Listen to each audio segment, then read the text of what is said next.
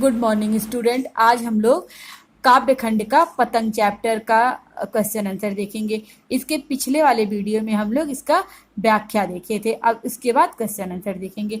तो क्वेश्चन है, सबसे तेज बौछारे गई भादो गया के बाद प्रकृति में जो परिवर्तन कवि ने दिखाया है उसका वर्णन अपने शब्दों में कीजिए। तो उसका आंसर होगा, इस कविता में प्रकृति ने प्राकृतिक वातावरण का सुंदर वर्णन किया है। भादो माह में तेज वर्षा होती है, इसमें बौछारें पड़ती हैं। बौछारों के समाप्त होने पर शरद का समय आता है, मौसम खुल जाता है, प्रकृति में निम्नलिखित परिवर्तन दिखाई देते हैं। जैसे नंबर 1, सवेरे का सूरज खरगोश की आंखों जैसा लाल लाल दिखाई देता है। नंबर 2, शरद ऋतु के आगमन से उमस समाप्त हो जाती है, ऐसा लगता है कि शरद अपनी साइकिल को तेज गति से चलाता हुआ आ रहा है। नंबर 3, वातावरण साफ व धुला हुआ सा लगता है। नंबर 4, धूप चमकीली होती है। नंबर 5, फूलों पर तितलियां मंडराती दिखाई देती हैं। अब अगला क्वेश्चन, सोचकर बताएं कि पतंग के लिए सबसे हल्की और रंगीन चीज, सबसे पतला कागज, सबसे पतली कमानी जैसे विशेषणों का प्रयोग क्यों किया गया है। तो इसका आंसर होगा, कवि ने पतंग के लिए सबसे हल्की और रंगीन चीज, सबसे पतला कागज, सबसे पतली कमानी जैसे विशेषणों का प्रयोग किया है। वह इसके माध्यम से पतंग की विशेषता तथा बाल सुलभ चेष्टाओं को बताना चाहते हैं। बच्चे भी हल्के होते हैं, उनकी कल्पनाएं रंगीन होती हैं, वे अत्यंत कोमल व निश्चल मन के होते हैं।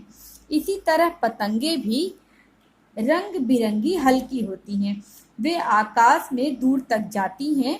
इन विशेषणों के प्रयोग से कवि पाठकों का ध्यान आकर्षित करना चाहते हैं। अब अगला क्वेश्चन है कि जन्म से ही वे अपने साथ लाते हैं कपास। कपास के बारे में सोचे कि कपास से बच्चों का क्या संबंध बन सकता है। तो इसका आंसर होगा कि कपास व बच्चों के मध्य गहरा संबंध है।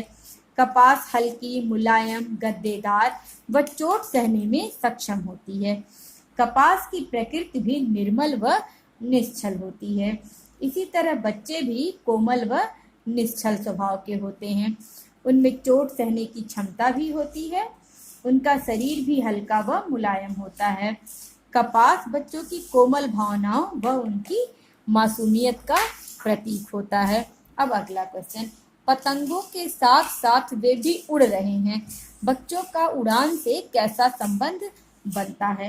इसका आंसर होगा, पतंग बच्चों की कोमल भावनाओं की परिचायिका है। जब पतंग उड़ती है तो बच्चों का मन भी उड़ता है।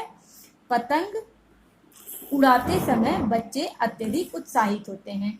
पतंग की तरह बाल मन भी हिलोरे लेता है, वह भी आसमान की ऊंचाइयों को छूना चाहता है। इस कार्य में बच्चे रास्ते की कठिनाइयों को भी ध्यान में नहीं रखते हैं। अब अगला और आखिरी क्वेश्चन है कि किशोर और युवा वर्ग समाज के मार्गदर्शक, यानी किशोर और युवा वर्ग जो है वो समाज का मार्गदर्शन कराते हैं। पतंग कविता के आधार पर स्पष्ट कीजिए। तो इसका आंसर होगा कि कवि ने पतंग कविता में बच्चों के उल्लास व निर्भीकता को प्रकट किया है। जैसा व्याख्या में बार बार बताए हैं तुम लोग को, कवि ने पतंग कविता में बच्चों के उल्लास व निर्भीकता को प्रकट किया है।